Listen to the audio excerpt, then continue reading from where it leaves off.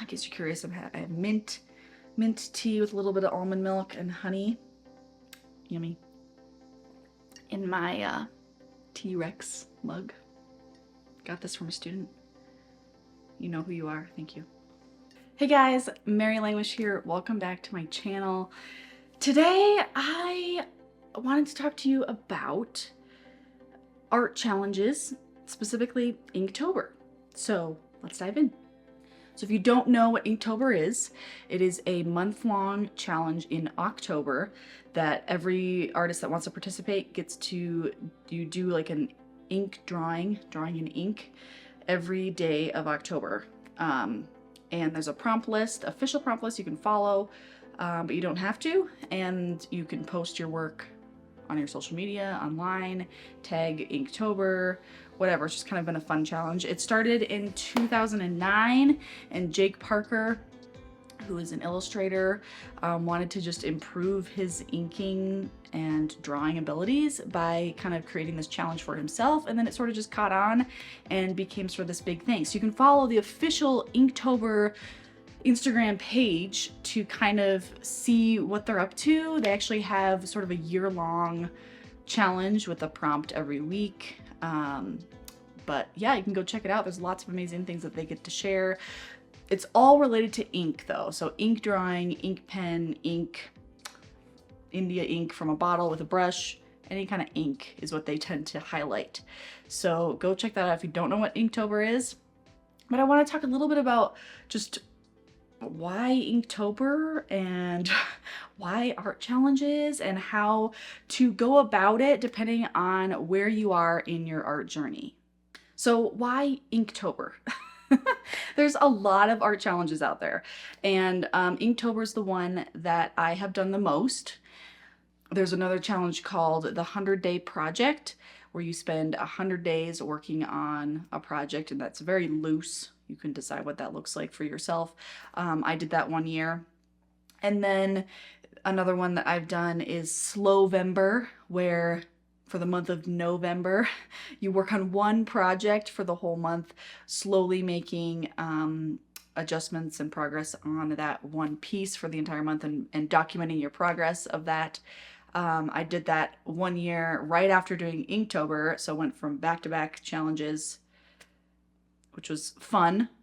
A very different pace. I really liked Slowvember because it was like, oh, I get to just do like this drawing part today, part of the drawing part today, and then move on from there and, you know, keep slowly adding. Let me do one eye right now. And what I did for Slowvember was a acrylic painting of me and my friends celebrating a birthday, so kind of a casual scene, but I wanted to try to create it as realistically as I could. And so you can see here all the different step-by-steps that I did. Not all of them. I abbreviated it a little bit for you because November has a lot of days, just to see kind of how that looked and what the finished product looked like. So why do I do Inktober? I'm not an ink artist per se. I've used those materials quite a bit, and I've taught classes in them, and so I feel like I have some experience in them, but I don't consider myself an ink artist, as you can tell. So why Inktober? When I first discovered Inktober, I did just do ink. That's what I did. The first year, I think I just did whatever I wanted, and I just did ink pen. I did like, you know, normal ballpoint pen. After that, I started following the prompts, but they didn't really relate. The pictures didn't relate together from day to day. I just did whatever I felt like related to the prompt that day in maybe India ink or a nicer Micron ink pen or something like that. This worked great, except that when I got about halfway through the month, it started to become a challenge. Pun intended. And I was like, okay, it's hard to finish the month. I was forcing myself. I wasn't liking it anymore. I didn't like my drawings anymore. I was having trouble coming up with ideas, and even following the prompts was just hard or not fun anymore. And I think that very first year, I didn't even finish Inktober. I maybe did like maybe a week or two of it consistently, and then I gave up. Because I didn't really have sort of a goal or direction with it, right? Obviously, I liked the challenge aspect. My personality is very much like, give me a challenge or a competition of some kind, and I'm in, because I'm a very competitive person. And so I wanted to do Inktober with all my friends and all my students that were doing it. And I was like, I have to do this. But it wasn't really fulfilling in sort of a deeper way or even a business way. I was like, what is this doing for me? Not much. So why do some people do Inktober? Well, just like Jake Parker said when he started Inktober, he wanted to improve his ink drawings, improve his drawing skills just as a whole. And a lot of people do that. That's their goal, is to just do an ink drawing every day, just to do it, right? To improve their skills. And I think that's great. I think what I have come to realize is I want to do it to basically create a consistent body of work. I don't know, it's got an end result that I can sort of use in my business somehow, right? And not just something, yes, I improved my drawing along the way, but, you know, something that has sort of a tangible finished product that I could maybe sell, or that I can somehow incorporate into the rest of my business with my other art. And I really think the biggest point of this video for you that are watching, those of you that are watching, is I just want you to think about making it work for you. Because Inktober, yes, is a challenge and you want to, you know, follow the rules. And there are some guidelines if you're following Inktober properly, but you can do whatever you want, right?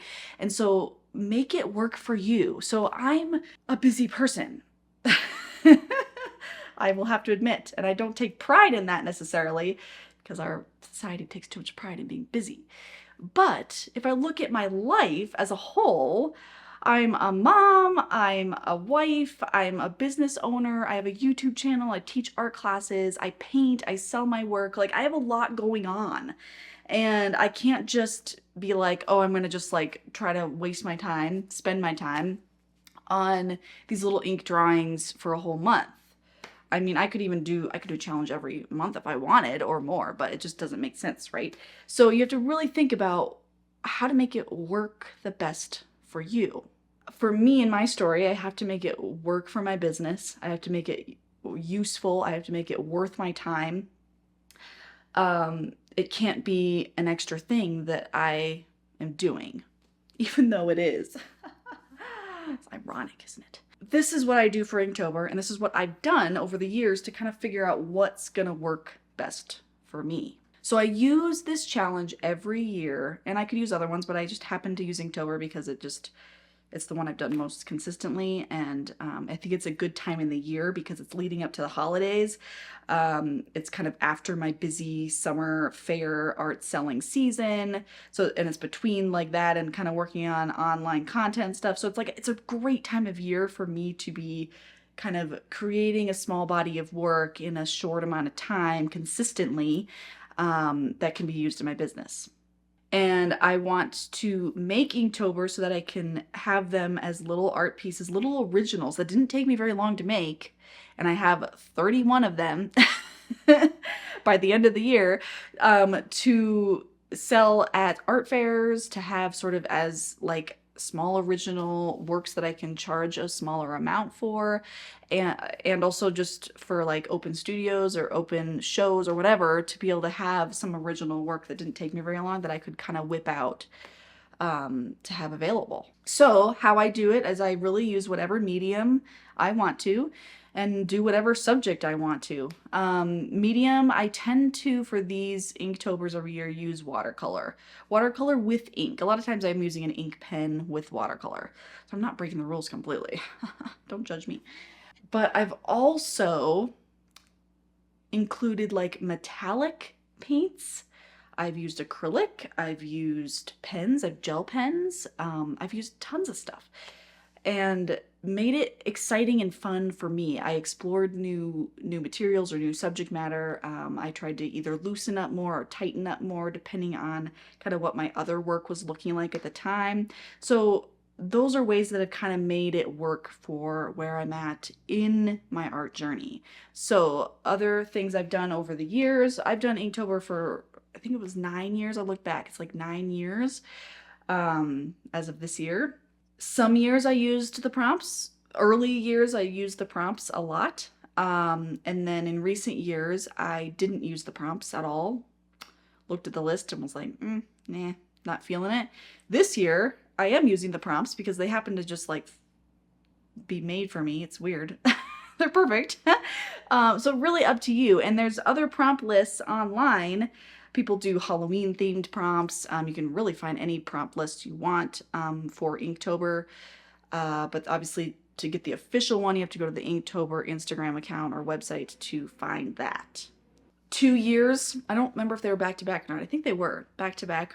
I did a full page spread of a scene. The first one was just sort of made up characters that followed the prompt list for that year. And the second one was like biblical characters that I somehow related to the prompt that year. And I think one or both of those was a 2-page spread. They might have both been 2 pages. You can see the pictures here. I'll show you. That was fun. I used sort of a colored pencil to sketch it out and added ink into that, which is kind of a Jake Parker style of illustrating and sketching his ink drawings, is using sort of an erasable colored pencil and then doing ink on top of it, and adding shading and stuff with that colored pencil, but ink is sort of the outline. So that was really fun. Didn't have a direction with that. I think I did make prints out of one of those Inktobers to try to sell. Didn't have great success with that. So, you know, there's a lot of interesting what you could obviously frame it and like sell it as an original. But it was fun to like combine it all into one scene. It was very different than just having small little, you know, sketches. The year I had my first baby, I still did it. I think going into that year, I was like, there's no way I'm doing Inktober this year. No, but guys, I did it, but I made it work for me. Those didn't end up being something that were useful in my business because I basically did sort of a caricature of my son. And every day of Inktober using the prompts, I somehow drew him related to the prompt. So it was funny, and it was funny for people that were close to me. So posting on Facebook and Instagram to family and friends was just, it was a hoot that year. It was so fun. So something like that, you know, where if you are going through a season where it's more challenging, there's going to be a way that it can work for you, but it may not necessarily be directly related to sales or business in that way. I mean, it still could, but you don't have to put that pressure on yourself if it's not the right season for that.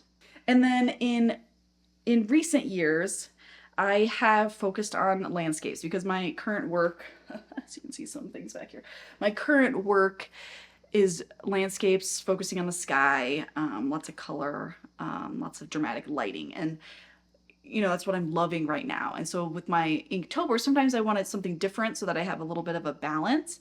And then sometimes I just want to stay consistent with what I'm loving at the time. So for the last 3 years, I've been doing landscapes for the most part, and I create them in a specific size, all of them. I pre-measure and cut either 4x6 or 5x7 or 8x10 sizes and commit to that size every day. And that way they're easy to mat, they're easy to frame, they're easy to sell and market because they're all the same size.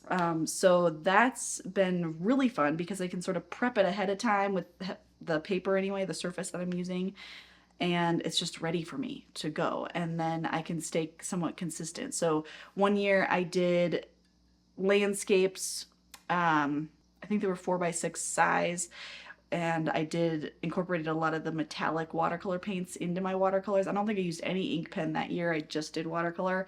Those are fun. Those ones I ended up giving away to a bunch of people in a group I was a part of at the time, just for free, little gifts, little end of the year things. So that was really fun. They liked that. I still ended up with a few that I could sell, but they were quicker. They weren't my favorite, like, pieces. They were a little more lax. So, you know, you have to decide for yourself what kind of art you're putting out there that you want people to see or know you for. It's okay to be picky, or it's okay not to be picky. It's up to you. And then, let's see, the year after that, I did just basic ink outlines of landscapes with watercolor brushed over, pretty simple. Those have been ones that have sold really great over the last few years. And I still have a bunch of those that I bring out at shows and stuff, and they still sell at those. So those have been great. Those are an 8x10 size, I believe, or 5x7 and an 8x10 mat. So those ones have been really great. Kind of using photos as my reference for those. Didn't follow prompts that year. Last year, I did something really fun because I had created my whole tea series, sticker series, which you can go check out. I'll put that link in the description below. You can purchase these little stickers that are tea time related. I got 11 styles related to different themes or times of the year or seasons or whatever.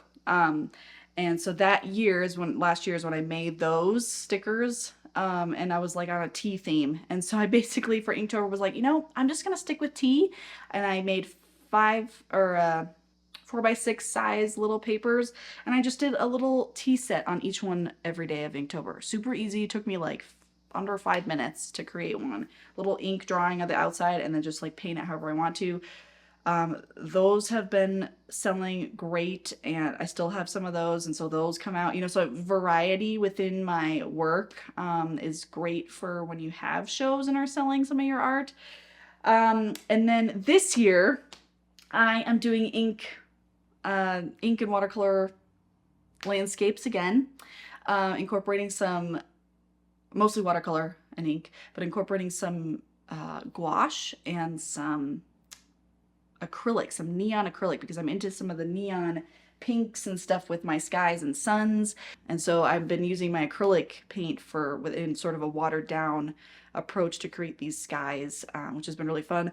But the difference with these ones is I'm adding a little person, tiny little person, into each scene, kind of incorporating, and I am following the prompts this year, so somehow related to the theme. And that's been really, really, really, really, really fun. They're taking me a little bit longer because I have to sort of think, where do I put the person in this scene? And then like, how does that, I don't know, how does that all work together? But I have a show coming up and I'm going to be matting those guys and displaying all of those together and have them for sale as well. So to wrap up, I think challenges are great. And I think every artist should do them at some point. I think they're a great way to improve your skills. They're a great way to just push yourself because, I mean, October is long and Inktober is challenging sometimes to get through. And you know, a lot of people do them just for fun or just to improve their art. I think it's worth considering, depending on where you are in your journey, how it should look for you. You know, like, do you have time for this?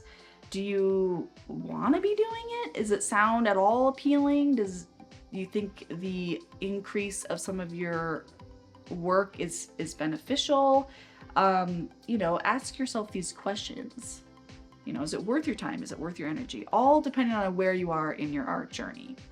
And if not, like in my case, I every year was like, why am I gonna do this? Why should I do this? I want to do it, but is it really worth it to do it? And so tweaking sort of the purpose behind it, what it needs to look like for me, I think was super beneficial where I'm at in my art business right now.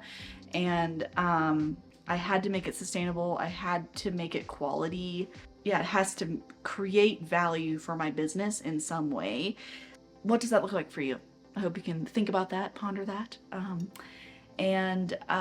Yeah, thanks for watching this video, and I hope you give it a like.